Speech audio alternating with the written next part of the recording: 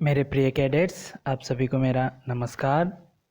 आज हम 10वीं कक्षा से संबंधित जो पूरक पाठ्य पुस्तक है जिसका नाम है संचयन भाग 2, इसके अंतर्गत हम आज सपनों के से दिन जो ये कहानी है जो गुरुदयाल सिंह की जो बचपन की और स्कूली दिवस में किस तरह वो शिष्टाचार हो या खेलकूद हो उसके बारे में यहाँ पर बताया गया है।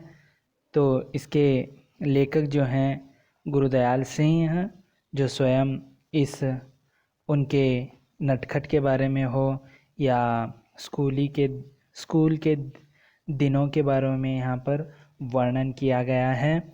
तो यहाँ पर जो है यह जो है निचले वर्ग के यानी मध्यम वर्ग में आने वाले जो यहाँ एक साथ पढ़ा करते थे, तो जब छोटे थे उस समय जो यहाँ पर हर लकड़ी पर कूदना और खराचे कर यानी जो है घायल होकर आना, तो यहाँ पर माँ हो या बहन हो उन्हें जो है सांत्वना देने के बजाय मारती थी।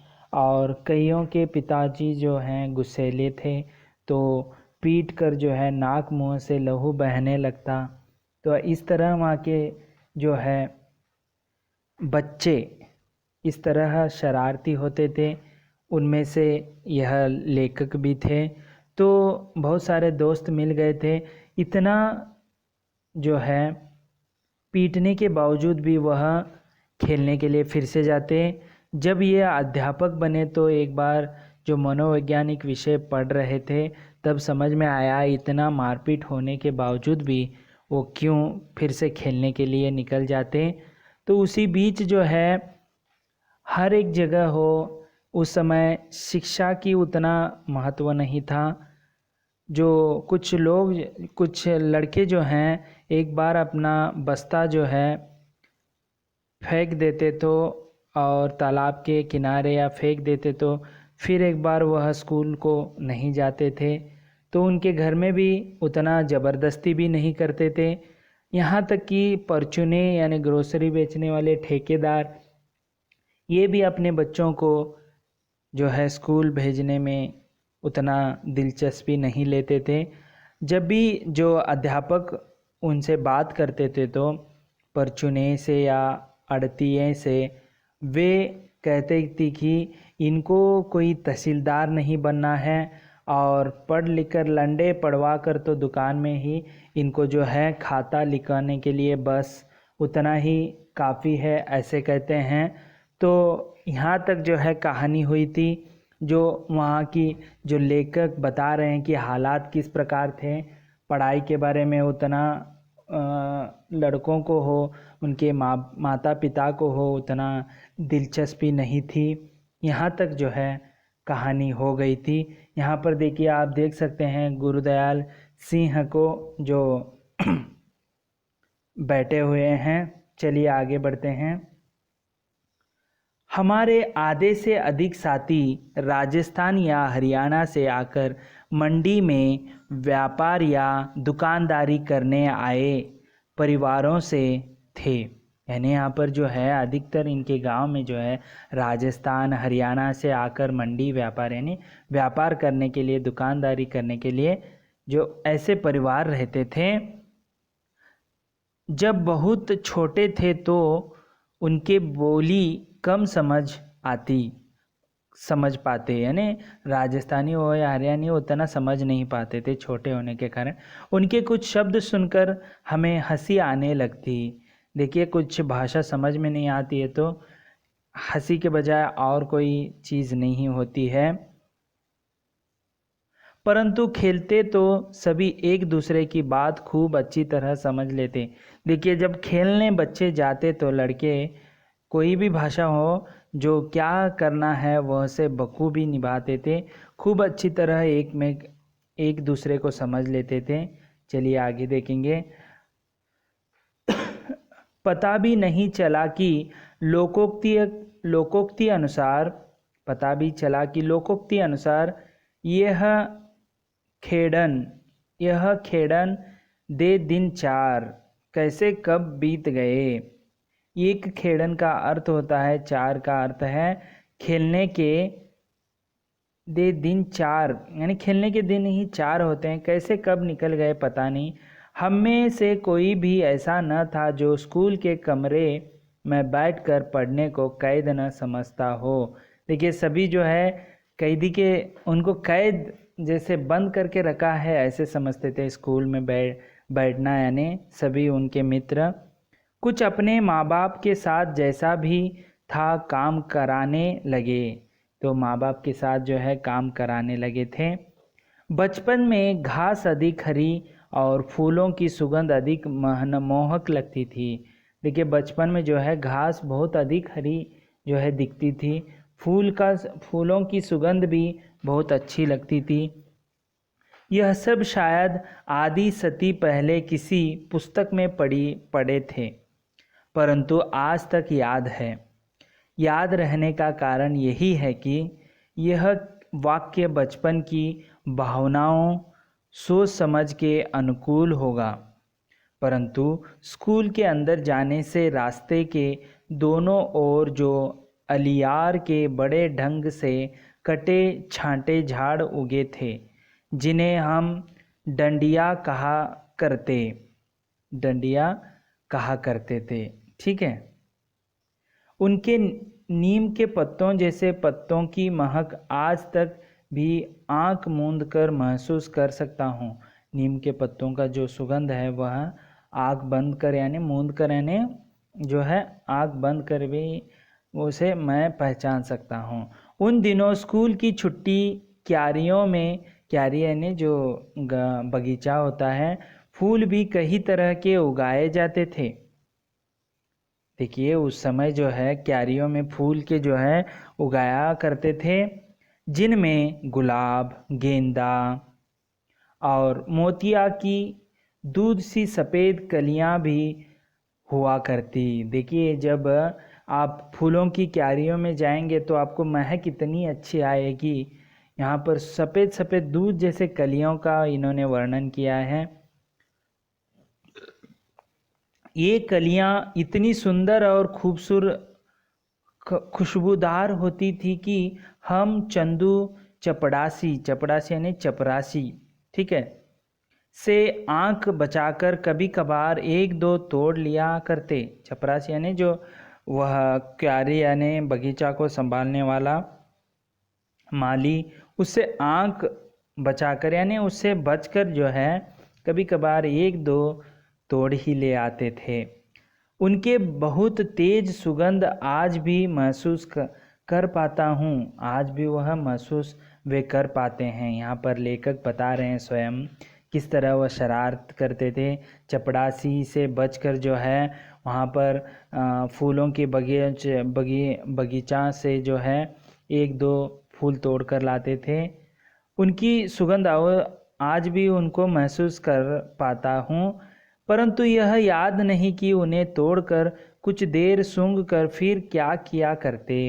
देखिए सूंघते तो जरूर थे, उसके बाद क्या करते थे वो पता नहीं।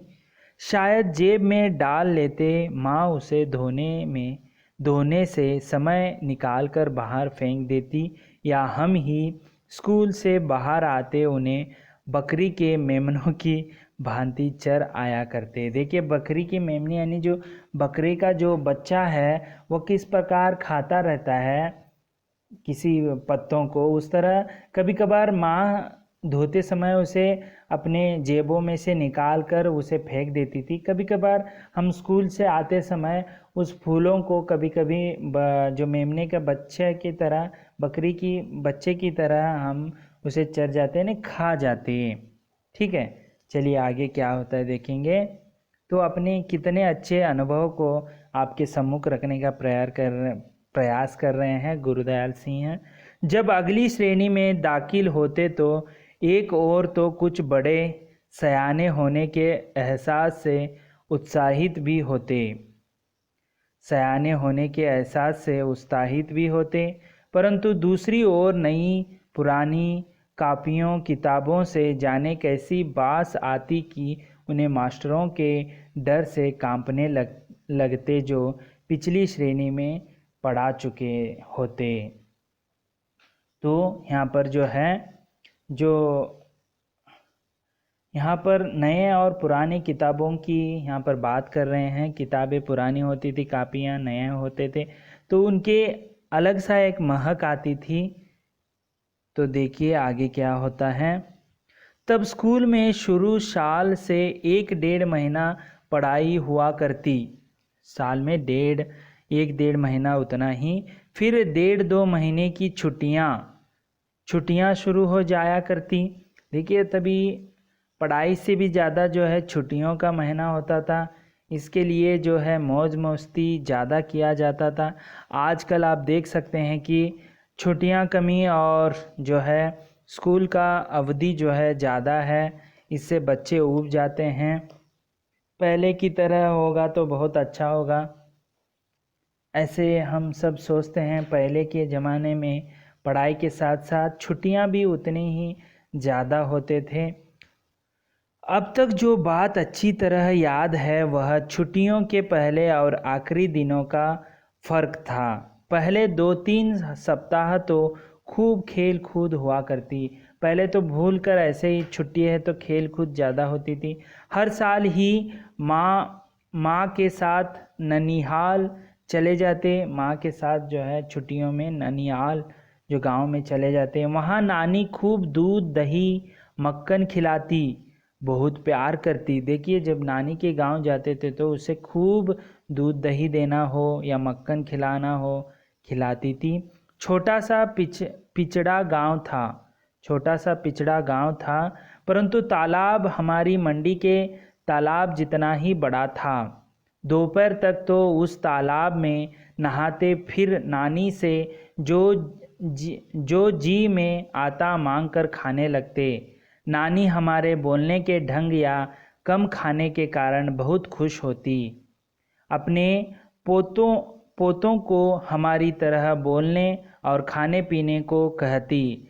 जिस साल ननिहाल न जा पाते उस साल भी अपने घर से थोड़ा बाहर तालाब पर चले जाते। देखिए तो उस नहीं होता था तो कभी कभार नानी के गांव नहीं जाना होता था तो अपने गांव में ही जो है थोड़ा बाहर तालाब में खेलने जाते, यानी कपड़े उतार पानी में कूद जाते और कुछ समय बाद भागते हुए एक रेतीली ठेली पर जाकर रेत के ऊपर लेटने लगते। देखिए जब पानी में डूबकर आकर फिर से रेत में जो है अपने पूरे शरीर को वह चिपका लेते थे।